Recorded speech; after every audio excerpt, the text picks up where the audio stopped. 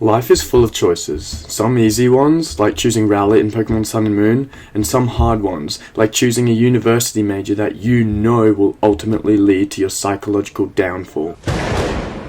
Whether the consequences of a choice are large or minuscule, in day-to-day life, almost every single thing we do is the result of making a choice between at least two things. For example, you chose to go onto YouTube instead of studying, and out of all of the videos that you could have picked, you picked this one, and then you chose to like and subscribe.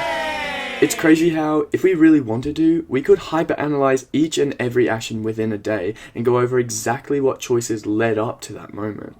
Of course, because so many things in our life are a result of our choices, we're bound to make some that we regret. For example, I've chosen a major that will ultimately lead to my psychological downfall. In our everyday lives, though, we probably aren't making constant decisions that will massively change the course of our lives. Like, for example, whether we decide to defrost that chicken or have another 2-minute mignon.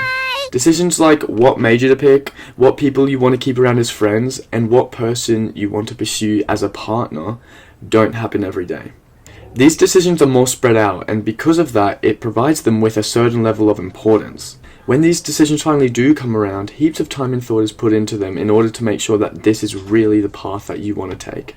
In my channel, I really like delving into how, since the introduction of the internet, various facets of our lives have been completely altered, and I also like having a shallow look into the psychology of the issues. Please subscribe. This specific issue came to my attention when one of my mates downloaded a dating app.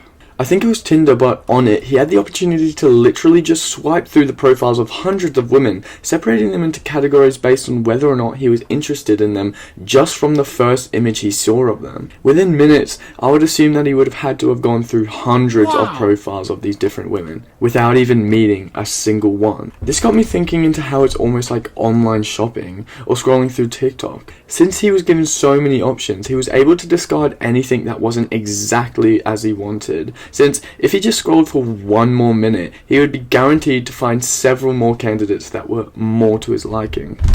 I'd like to dive into the psychology of not just dating apps, but also how, with the introduction of the internet, we have been tricked into this facade of infinite choices in everything we do, but even then, we still feel devoid of choices. I may as well start on my point of dating apps. Traditionally, and the way that is still very common today, is that you meet your partner, usually just as friends as first, then, as you slowly get to know them a little more and develop mutual feelings, you both enter a romantic relationship. It's great.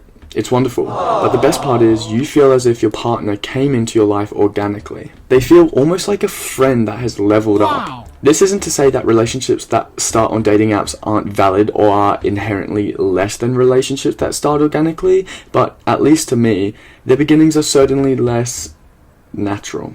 Alright, let's go through the process of finding a match on a dating app. First, you set up your profile. This profile will of course feature many great pictures of you, but only the ones that you think you look the best in, right? And also maybe a brief bio explaining your thing, and why people should like you. But again, only the best stuff, right? This simplification of a complex adult human being into a few carefully selected images and a bio written by the person specifically meant to only highlight their strengths is, well, very misleading.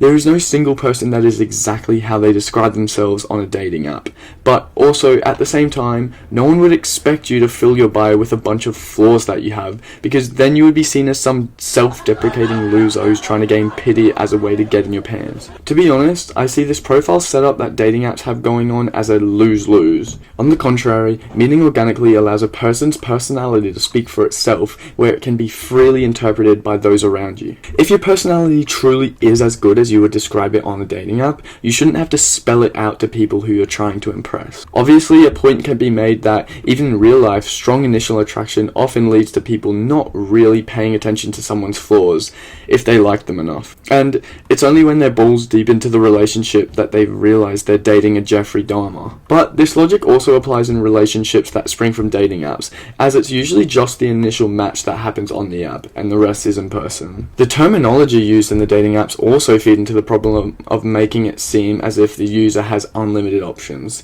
Even the term for when the app thinks you found someone, a match, feeds into the idea that this potential partner is just the result of several calculations done by some faceless algorithm, which only serves to sift through all of your right swipes until it's found the statistically best match. By making it easy to answer whether or not you believe you would be interested in each person, it greatly increases the pace in which you can move through potential suitors, transforming it into a high-speed, exciting game. And when dating is reduced down to being a game, I think we have a problem. Instead of becoming aware of someone's flaws and debating yourself whether or not you could work through them together, you may as well just cut the person off, because why would you put in all this effort into working through hardships that might not even result in a positive result? Because if you just swipe a little more, who's to say that you won't find someone who's hotter, funnier, and cooler? When dating becomes a game, the people on the other end start to feel less like people and more like consumable products. A profile becomes less someone's potential life partner and more like a packet of chips that you didn't want, so you toss it back in the shelf. And this isn't unique to dating apps. It's the same mental trick used in streaming platforms, TikTok, YouTube, or even Uber Eats. Everywhere we look, the internet hands us this buffet of endless possibilities, and while that sounds amazing in theory, the psychology behind it is actually kind of cursed. It's called the paradox of choice. Essentially, the more options you're given, the harder it becomes to actually make a choice, and the less satisfied you are with whatever you pick. I experienced this firsthand when I finally saved up enough money to buy an Xbox Series S. I had so many great games that I wanted to play on that thing, and then on top of that, for just $15 a month, I could get Xbox Game Pass Ultimate, which had like 300 really good games on it. But then the weirdest thing would happen. I would download 10 games that I really wanted to play, and then I would play each one for like maybe an hour, and then never touch it again. It freaked me out. I have spent countless sleepless nights dreaming about one game in particular. Plants vs. Zombies Garden Warfare 2. Bro, I had dreams about this game. I genuinely could not stand not having my grubby little 13-year-old hands on it. But lo and behold, thanks to the fact that my local soccer club was really desperate for young referees, I marched down to JB Hi-Fi and bought that damn Xbox. When I got home, I plugged that thing in and I went straight to the Xbox Game Pass menu. To my surprise though, Plants vs. Zombies Garden Warfare 2 wasn't the only Plants vs. Zombies game on Xbox Game Pass. Oh no, it also had its newer, shinier, sexier brother, Plants vs. Zombies Battle for Neighborville. I was stoked, but to be honest, I also felt super guilty. It felt as if I had just been picked up and plopped right into the trolley problem. Would I start with playing the older game or the sleeker new one? And you know the shittiest part? I played both for maybe like 30 minutes, then got antsy about missing out on all these other cool looking games, so I dropped both of them. I had this problem the entire time I had my Xbox. It was extremely rare that I would get even to 5 hours in a single game, and that was when I really loved it. And it was all because I was bombarded with hundreds of options right off the bat.